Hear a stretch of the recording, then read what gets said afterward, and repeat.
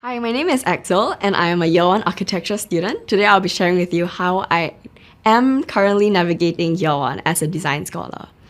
So firstly, I'm just going to share with you a little bit of my background. So who am I, right? And secondly, the D-Scholars application experience. Thirdly, a little bit of a transition into uni, and perhaps a little bit of tips and advice for anyone who's trying to apply for the D-Scholars program or architecture. So as for my background, I am a JC student and I had no art background whatsoever. I took H2 biology, chemistry, mathematics, economics, and H3 game theory. So I think a lot of people ask me why Archi, and especially with no art background or whatsoever. I feel like I really just wanted to challenge myself. I really value creative thinking and critical thinking. And I feel like architecture is really the place where I will be pushed to the limit and really learn the most. Yeah. So as for some future aspirations, I do come in with the intention of being a licensed architect. But then again, many of my batchmates do not actually want to be architects in the future. But I feel like architecture teaches you a lot of transferable skills that go way beyond building buildings or designing spaces. For example, it could be in visual representation, media, or creative thinking, or critical thinking. These are all so transferable and so relevant in today's world. And as for the scholarship application, it was really a very fuss-free application. I finished it maybe in like an hour or two or so. So firstly, it was a written response, just a couple of questions. And then after that, if you are selected for the interview round, you'll go for an interview. As for me, my interview was quite memorable. I was really pushed to think differently. Like I was pushed to think about spaces and the world around me in a different way.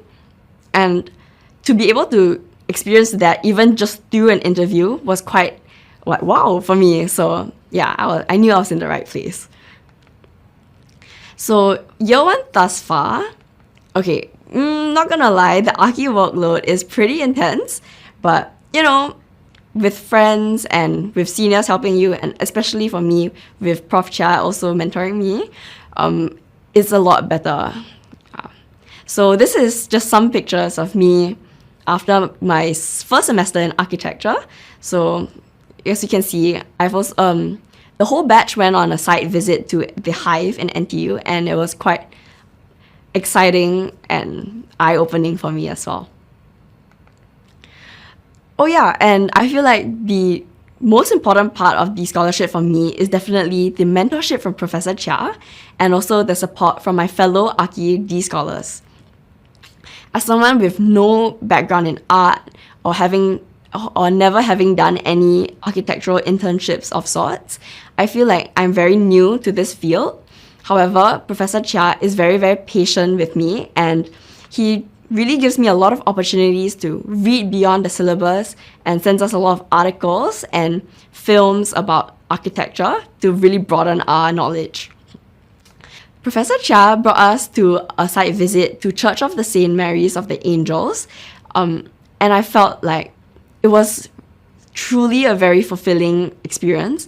I feel like there are a lot of architectural details that you don't pick up when you are alone or with friends, but with his experience in this field for so long, he can really pick out the smallest details, and it just blows my mind every time. And I feel like university life, as I mentioned, independent learning, and there's also a lot of flexibility to cater to your own interests and goals. So for me, I have a very, very strong interest in learning languages. So I'm currently taking both French and Japanese, and also hoping to turn my Japanese studies into a minor.